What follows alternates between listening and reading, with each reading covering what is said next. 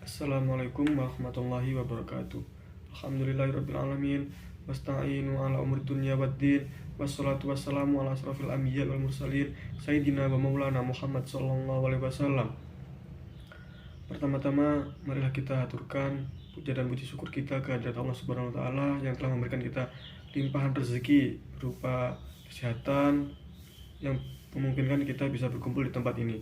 Yang kedua, salawat serta salam tak lupa pula kita haturkan kepada baginda besar Nabi Muhammad SAW yang telah membimbing kita dari jalan kegelapan menuju jalan ke terangan yang terang benderang.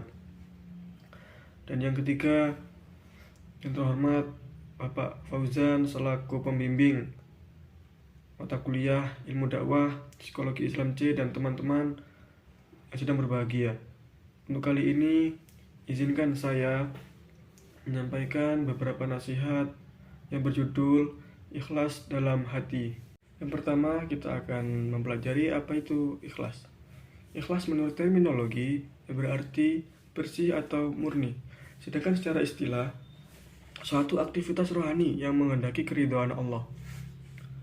Dari sini kita bisa mengambil garis besar untuk sementara bahwa ikhlas itu ialah ridho akan semua yang telah ditakdirkan oleh Allah, dan kita hanya bisa menerima semua itu dengan hati yang terbuka, hati yang lapang. Dan mungkin sebagian dari kita ketika kita menjumpai sebuah musibah, pastinya kita akan berbicara kepada keluarga korban seperti ini, yang tabah ya bu, yang ikhlas. Atau ketika menemui teman kita yang sedang putus dengan pacarnya atau bertengkar dengan pacarnya atau dengan teman-temannya yang lain, pastinya kita akan berkata, yang ikhlas ya bro, nanti pasti ada hikmahnya di dalam masalah ini. Nah, di sini kita bisa membahas bahwa keikhlasan terletak juga pada hati, dimana ketika kita sudah ikhlas, kita akan merasa lega dan tidak ada tekanan atau beban dalam hati kita. Dan saya di sini akan menjelaskan satu hadis yang menjelaskan tentang ikhlas dalam hati, yakni an Abi Hurairah radhiyallahu anhu qala Rasulullah sallallahu alaihi wasallam, innallaha la yanduru ajsamikum wala ila suwarikum walakin yanduru ila qulubikum.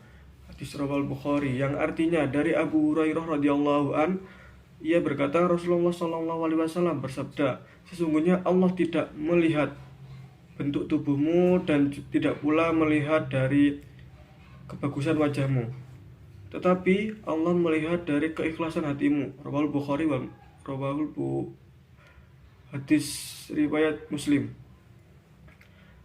Nah, ikhlas dalam hati ini memang terkesan sulit untuk dilakukan.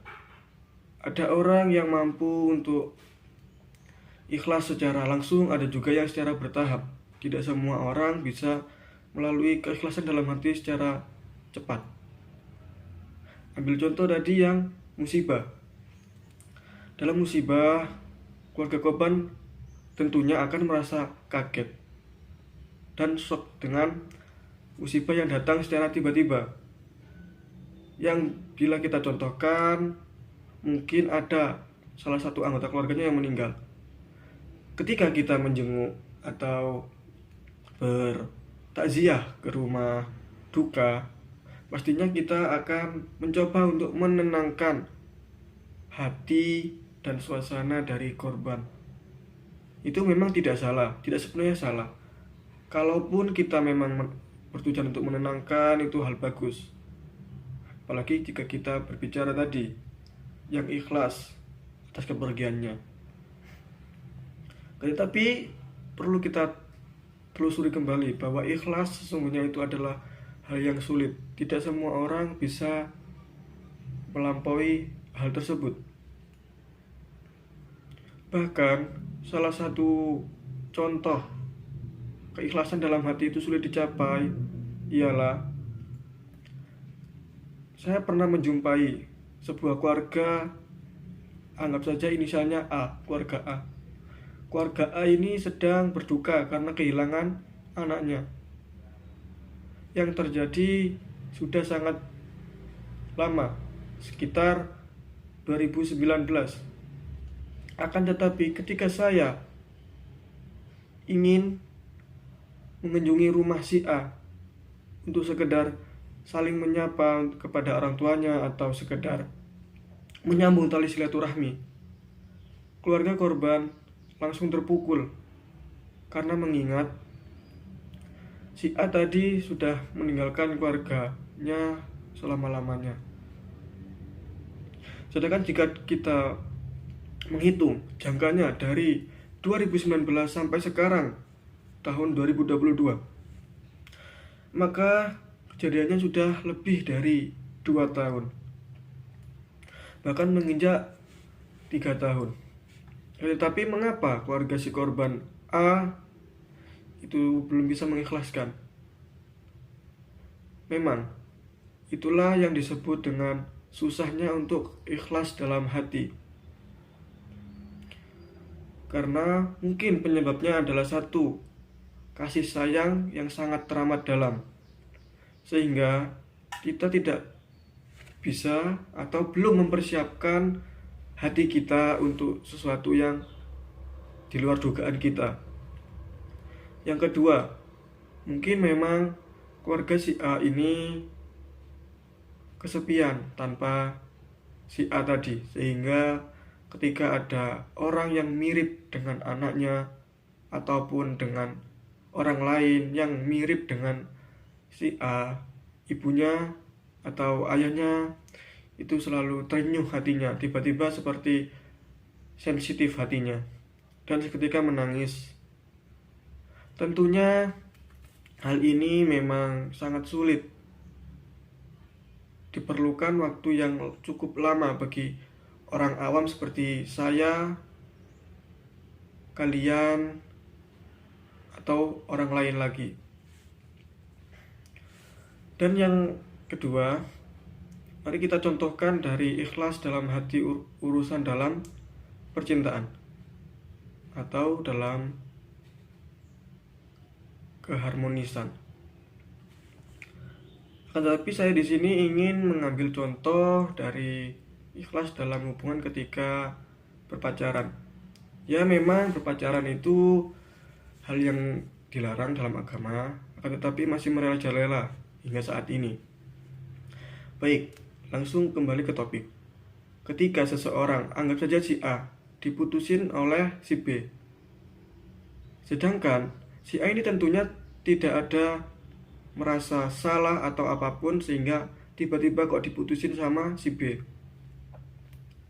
Lantas, hal pertama yang dirasakan oleh si A adalah shock, kaget, dan kedua seperti tidak percaya, yang berakibat pada gagal move on. Dalam hal ini gagal move on kita bisa artikan sebagai belum ikhlasnya si A untuk kepergian si B. Dan mungkin saja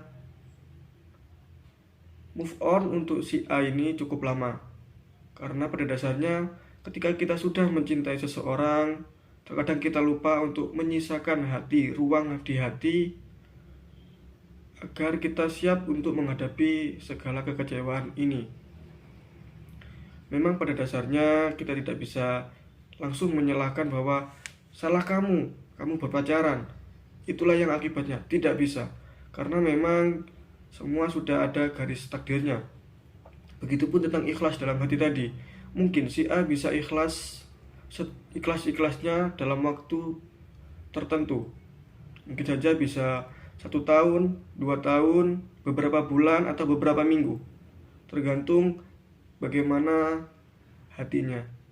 Ketika memang ia berpikir positif, dia akan langsung seketika bisa ikhlas, walaupun waktunya memang masih panjang. Dalam artian bisa seperti 1 minggu atau 2 minggu atau bahkan 1 bulan. Akan tetapi kalau dia belum bisa memaknai kata ikhlas, dia akan berlarut-larut dalam kesedihan tersebut. Jadi diperlukan adanya keikhlasan. Dari semua penjelasan itu tadi, dapat disimpulkan bahwasannya yang pertama, ikhlas dalam hati itu tidak semudah apa yang dikata.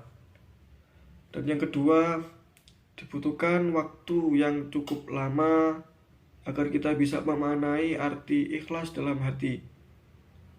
Yang ketiga, kita bisa menanamkan rasa ikhlas dengan hal-hal yang kecil, seperti kita bersedekah ataupun menerima segala takdir yang ditentukan oleh Allah dengan berpikir positif.